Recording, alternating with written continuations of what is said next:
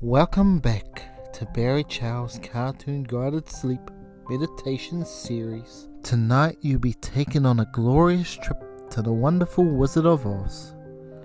This is the only part 1 of the journey as you travel to the Emerald City. It is a long and windy road, so tonight you will hear from Dorothy, the Good Witch, Toto, the Munchkins, and the Scarecrow on your journey to peaceful night's sleep. The story begins with Dorothy trying to find her old leather slippers so her feet are nice and toasty so she can go to sleep. It does get quite cold here in Kansas. I can hear the doors creaking. Dorothy must be getting ready for bed.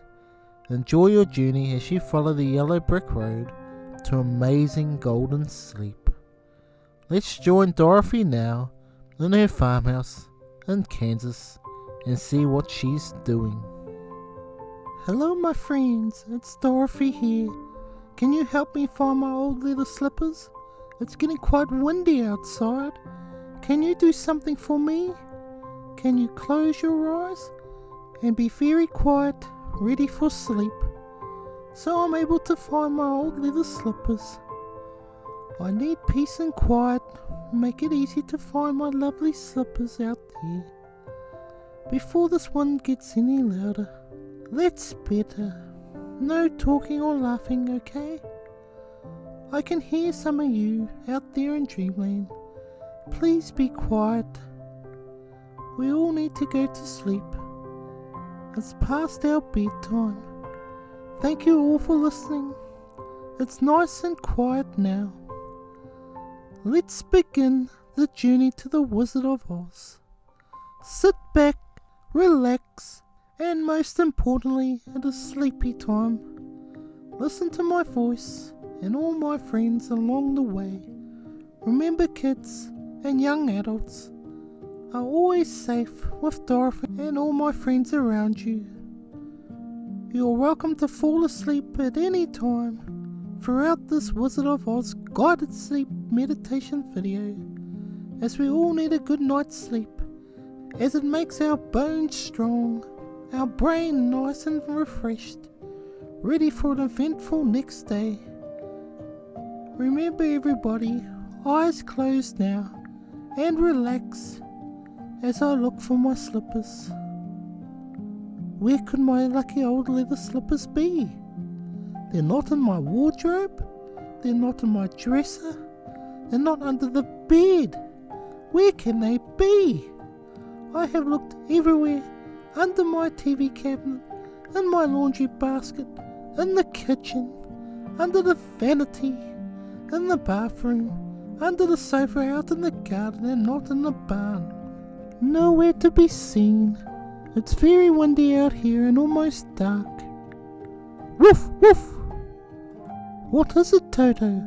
I wonder who that can be.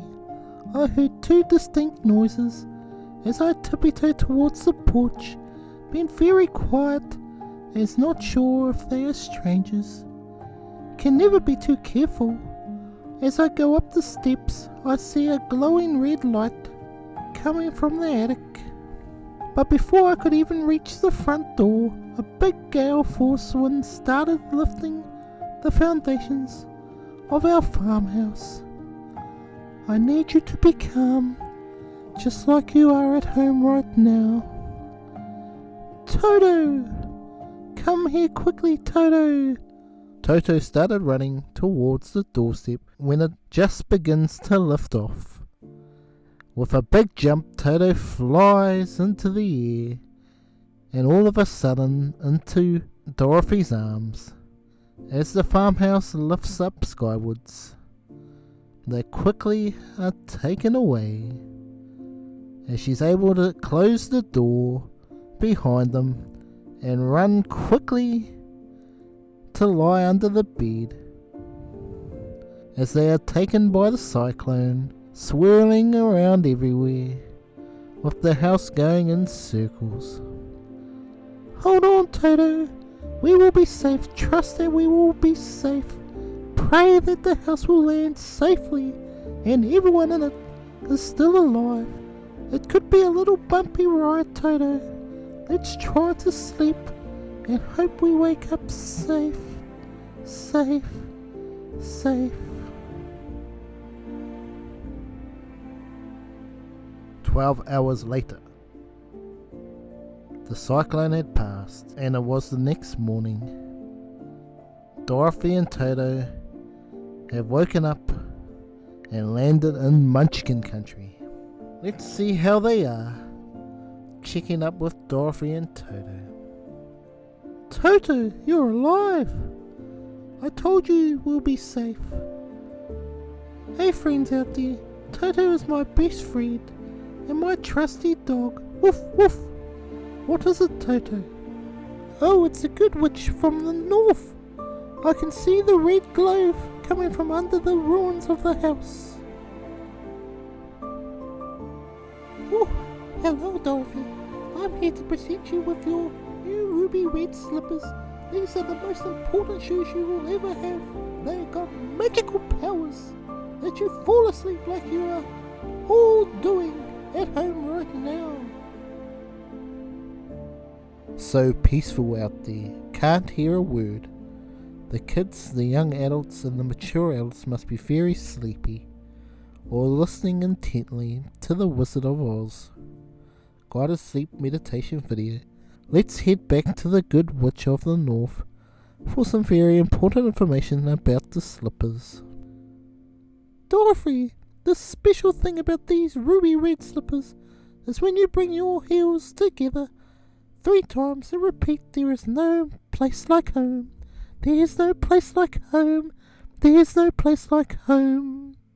You will instantly fall asleep, travel through time and end up back at home in your bed in Kansas and sleep the night away.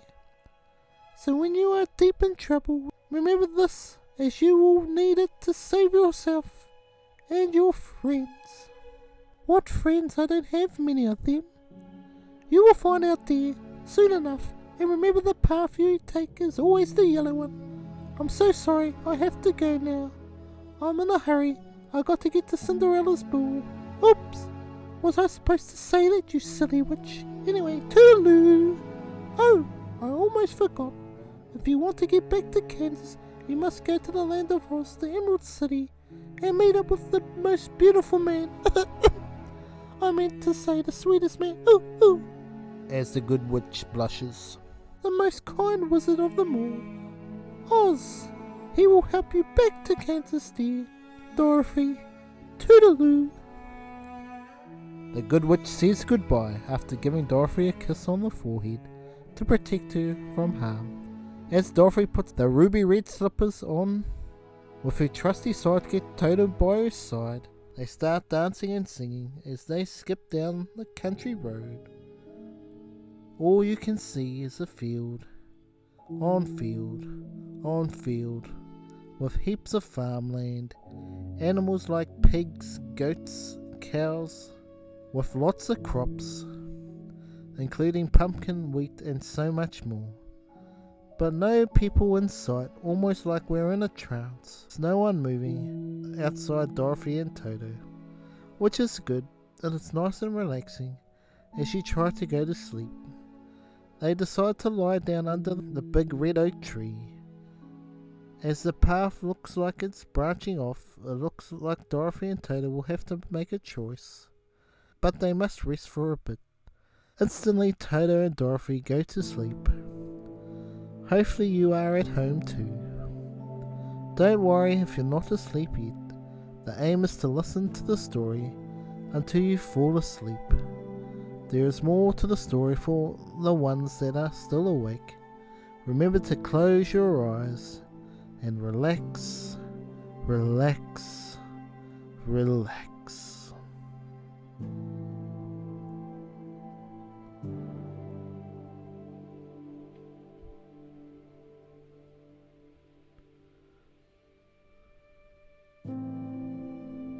After a nice nap, Dorothy wakes up to a decision to be made. There are 3 paths to take, whether to go to the left path, where we have the red strawberry path with all the strawberries you can eat, including ice cream. The sign says follow this path and you will learn the origin of the ruby red slippers. But you may turn old very quickly or be young forever. Then the middle path, the green one, goes to the Emerald City. It says this is the quickest path to meet the Wizard of Oz, but you'll have to overcome your fears along the way to reach the Emerald City, or you can choose the path to the right, which is the yellow straw path, which is the longest way to get to the Emerald City. But you can help people along the way, but they need a lot of help. Danger ahead. Dorothy had to think. Strawberries are my favourite, and I love to know the full story of my ruby red slippers, but I like my youthful appearance. But I need to get to the Emerald City quickly, so should I take the green path? What fears will I face? Spiders, bad witches, no thank you. Then Dorothy suddenly remembered what the good witch said to her, that the yellow path is the right path and will lead you to your safety. You will meet the Wizard of Oz, who can help you. Oh, then the green path looks the best. Will get me and Toto to the Emerald City the fastest. But before Dorothy could decide, Toto ran down the yellow straw path. Wait for me, Toto! Woof, woof! I have to trust in the good witch and Toto's choice and follow the yellow straw road. Dorothy runs to catch up to Toto. The yellow straw road goes through the lovely red oak and bur oak trees, weaving through them so peacefully. In the distance, they see a house. They see a village, which makes them skip more briskly than before, towards the houses. There was a sign up ahead saying, "Welcome friends to the most friendly munchkins in town." They go through the trees and end up at a little college village. Not many houses here. They are all very old-fashioned looking places with cobblestone walkways, concrete garages. Each cottage had a barn. Dorothy spots a bunch of munchkins playing outside their house. Let's see how friendly our munchkin friends are, shall we? Excuse me, excuse me, excuse me. Hi, my name is Dorothy. How far is it to the Emerald City?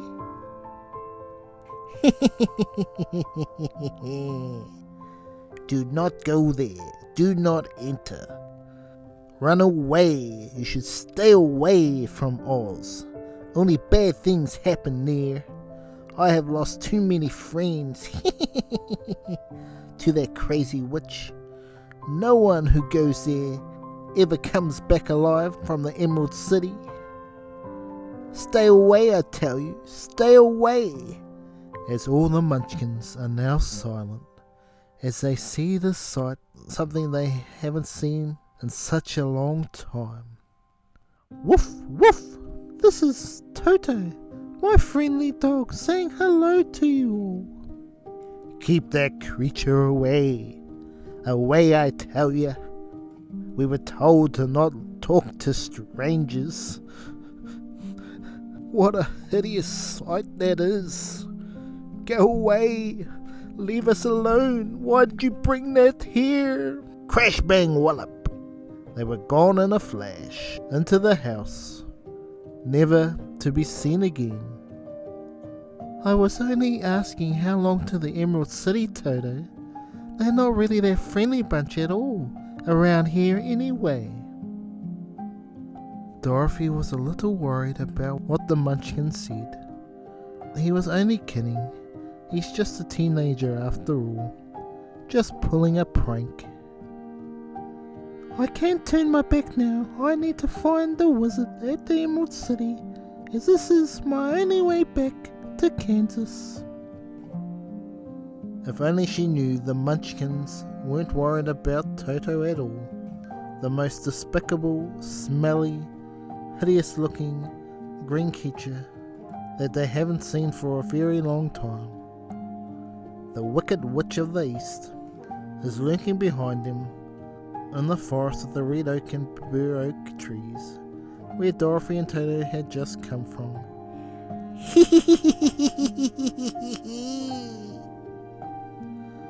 Did you hear that, Toto? Woof, woof. Let's get out of here. So Dorothy and Toto continue their journey towards good night's sleep. As they skip towards the Emerald City down the yellow straw road, after a while they felt like they had been going around in circles, seeing the same scenery over and over and over and over again, like it wouldn't stop forever, like they were frozen in time, or going through deja vu. Toto continued to wag his tail. After going for miles and miles and miles, it was time for Dorothy and Toto to rest. So they decided to climb to the top of the fence, where they spotted a cornfield rich of corn. It had an interesting character guarding the corn, with crows hanging around. He was made out of straw. That's a creature I haven't seen in a long time. Come on, Toto, let's go have a closer look. Woof, woof. Dorothy and Toto slowly approached the creature. Dorothy was being very wary after meeting the Munchkins earlier. Dorothy leaned her chin upon his hand and gazed thoughtfully at the straw figure. Its head was a small sack stuffed with straws, with eyes, nose and mouth painted on it to represent such a cute face. An old pointed blue hat that had belonged to a Munchkin Dorothy had seen earlier was perched on his head. Was a blue suit of clothes, all faded and wrinkled, which also stuffed with straw. His feet were in old boots with blue tops, as every man wore in Munchkin country. He was raised above the corn, with a pole sticking out of his back. When slowly he closed his left eyelid and winked at Dorothy, who got such a fright that she fell to the ground gracefully. The straw creature was nodding his head in a friendly gesture. Good day, are you alright? Did you just speak? Certainly. Why are you made of straw, and what's your name? My name is Scarecrow, as I'm here to scare crows away. Don't you know? My straw handles the heat of the day and the coolness of the night. Do you need a hand getting up, my dear? Yes, thank you. I have a pole in my hand. Grab onto it, pick yourself up. There you go. How do you do? I'm pretty well, thank you. You could say delightful. How do you do? I'm not feeling well, with a smile on his face, for it's fairy tears been up here all day and night to scare away crows. Can you get down? No, as the pole is stuck to my back. If you please take away the pole, I shall be greatly obliged to you, dear. Call me Dorothy. Dorothy. Scarecrow had the biggest smile you could ever have seen on his face as Dorothy lifted him with both arms over the pole.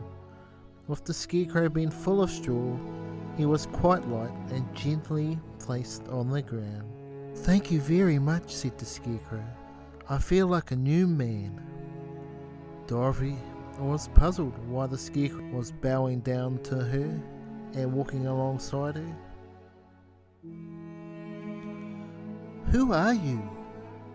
My name is Dorothy, and I'm going to the Emerald City to ask the Great Oz to send me back to Kansas. Where is the Emerald City? And who is this Oz? Why, don't you know? No, indeed. I don't know anything.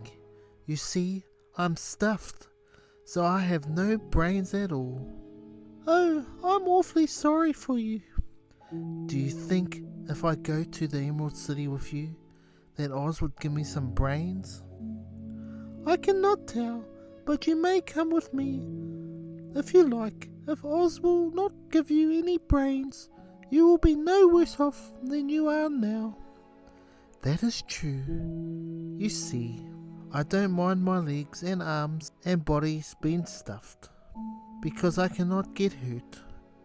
If anyone treads on my toes or sticks a pin into me, it doesn't matter, for I can't feel it. But I do not want people to call me a fool. And if my head stays stuffed with straw instead of with a brain, as yours is, how am I ever to know anything? I understand how you feel. I feel truly sorry for you. If you will come with me, I'll ask Oz to do all he can for you. Thank you, much gratefully. I have one more wish, dear Dorothy. I have trouble sleeping. The crows keep giving me nightmares from picking at me all day. I'd like to have a peaceful night's sleep. Okay, follow me. I got an idea. They walked back to the road. Dorothy helped them over the fence. To Dorothy's surprise, the straw path turned into a bright yellow brick road. I swear this wasn't here before. Well, it would be a bit hard for me to walk on straw. I would get stuck in one place. If straw touches straw, it will join together. It's not good for me. We'd better hurry then before it turns back into straw. Dorothy, Toto, and now the Scarecrow are skipping along the yellow brick road towards the Emerald City. Toto initially did not like the new addition to the group.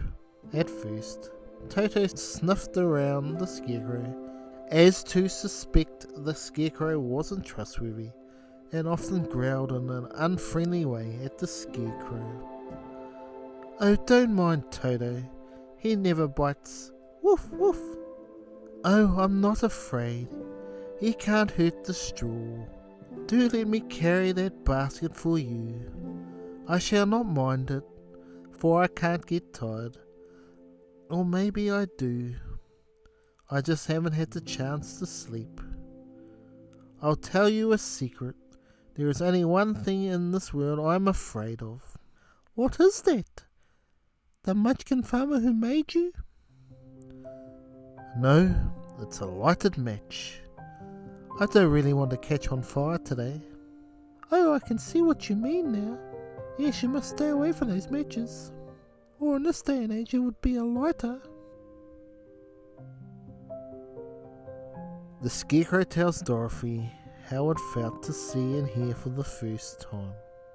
The Scarecrow may not be much good at scaring crows, but I believe that he could be as good as any man, and even a better man than some, if only he had some brains. Night is falling as the two friends continue along the yellow brick road. After a few hours the road begins to roughen up, and the walking grew so difficult that the Scarecrow often stumbled over the yellow bricks, which were very uneven. Sometimes indeed they were broken or missing altogether, leaving holes that Toto jumped across and Dorothy walked around. As for the poor Scarecrow, having no brains, all he could do was walk straight ahead and always continued to step on holes and fell the full length onto the hard brick. But thankfully for the Scarecrow it never hurt. However, Dorothy would pick him up and set him upon his feet again, while he joined her in laughing merrily at his own mishap. At 5 p.m. they sat down by the roadside near a little river, and Dorothy opened her basket and got out some bread. She offered a piece to the Scarecrow, but he refused. I am never hungry, and it is a lucky thing I am not, for my mouth is only painted, and if I should cut a hole in it so I could eat, the straw I am stuffed with would all come out, and that would spoil the shape of my head. Dorothy saw at once that this was true, so she only nodded and went on eating her bread. Tell me something about yourself and the country you came from. When she had finished her dinner, she told him all about Kansas and how grey everything was there, and how the cyclone had carried her to the land of Oz. The Scarecrow listened carefully and said, I cannot understand why you should wish to leave this beautiful country and go back to the dry grey place you call Kansas. That is because you have no brain. No matter how dreary and grey our homes are, we people of flesh and blood would rather live there than in any other country, be it ever so beautiful. There is no place like home. Of course I cannot understand.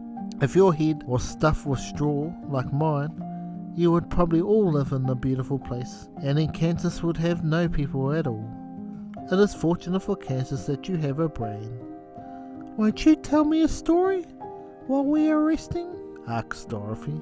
How about we rest in the wooden cabin made of logs, and I'll tell you the story in there. Good idea, Scarecrow. As they opened the door, there was a nice bed to rest on. They all got comfortable. As Scarecrow stood by the corner of the room and began to tell his story. My life has been so short that I really know nothing whatsoever. I was only made the day before yesterday. What happened in the world before that time is all unknown to me. Luckily, when the farmer made my head, one of the first things he did was to paint my ears, so that I heard what was going on. There was another Munchkin with him, and the first thing I heard was the farmer say, "How do you like those ears?" "They aren't straight," answered the other. "Never mind," said the farmer. "They are ears just the same," which was true enough. "Now I'll make the eyes," said the farmer. So he painted my right eye. As it was finished, I found myself looking at him and everything around me with a great deal of curiosity, for this was my first glimpse of the world. "That's a rather pretty eyes," remarked the Munchkin who was watching the farmer. "Blue paint is just the colour for eyes. I think I'll make the others a little bigger," said the farmer. And when the second eye was done, I could see much better than before. Then he made my nose and my mouth, but I did not speak, because at the time I didn't know what a mouth was for. I had fun watching them make my body and my arms and legs, and when they fastened on my head, at last I felt very proud, for I thought I was just as good a man as anyone. "This fellow will scare the crows fast enough," said the farmer. "He looks just like a man." "Why, he is a man," said the Munchkin, and I quite agreed with him. The farmer carried me under his arm to the cornfield and set me up on this tall stick, where you found me. He and his friend soon after walked away and left me alone. All alone. I did not like to be deserted this way, so I tried to walk after them, but my feet would not touch the ground, and I was forced to stay on that pole. It was a lonely life to lead, for I had nothing to think of. Many crows and other birds flew into the cornfield, but as soon as they saw me, they flew away again, thinking I was the Munchkin, and this pleased me and made me feel that I was quite an important person. Time and time again the old crow flew near me, and after looking at me clearly, he perched upon my shoulder and said, "I wonder if their farmer thought of fooling me in this clumsy manner. Any crow of sense could see that you're only stuffed with straw." Then he hopped down at my feet and ate all the corn he wanted. The other birds, seeing he was not harmed by me, came to eat the corn too. So in a short time there was a great flock of them around me. I felt sad that this showed I was not such a good scarecrow after all. But the old crow comforted me, saying if you only had brains in your head, you would be as good a man as any of them, and a better man than some of them. Brains are the only thing worth having in this world, no matter whether one is a crow or a man. After the crow had gone, I thought this was over and decided I would try hard to get some brains. My good luck began when you came along and pulled me off the stake, And from what you say, I am sure the Great Oz will give me brains as soon as we get to the Emerald City. The Scarecrow looked to his left and saw both Dorothy and Toto were peacefully asleep. So the Scarecrow awkwardly lied down on the bed for the first time. He was so used standing up tall, all night and all day long. A good night's sleep would do him well. And almost instantly he fell asleep, snoring gracefully. Well, our time is up for tonight at the wonderful Wizard of Oz guided sleep trip to the Emerald City. We're not quite there yet. We ran out of time tonight, as I can hear a pin drop as you are all fast asleep. And for the very few that are still awake, you can listen to the music coming up to keep you nice and relaxed as you fall asleep peacefully. With virtually no one to listen to the story, we will save it for another day. We will be back for part 2 very soon. Remember everyone, you are special, you are amazing, you are magnificent. As you continue to listen to the music, have an awesome night's sleep. Thank you for joining me on this journey tonight.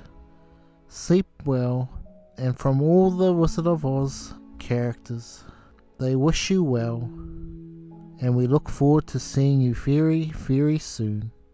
Sleep well, sleep tight. Good night to you all.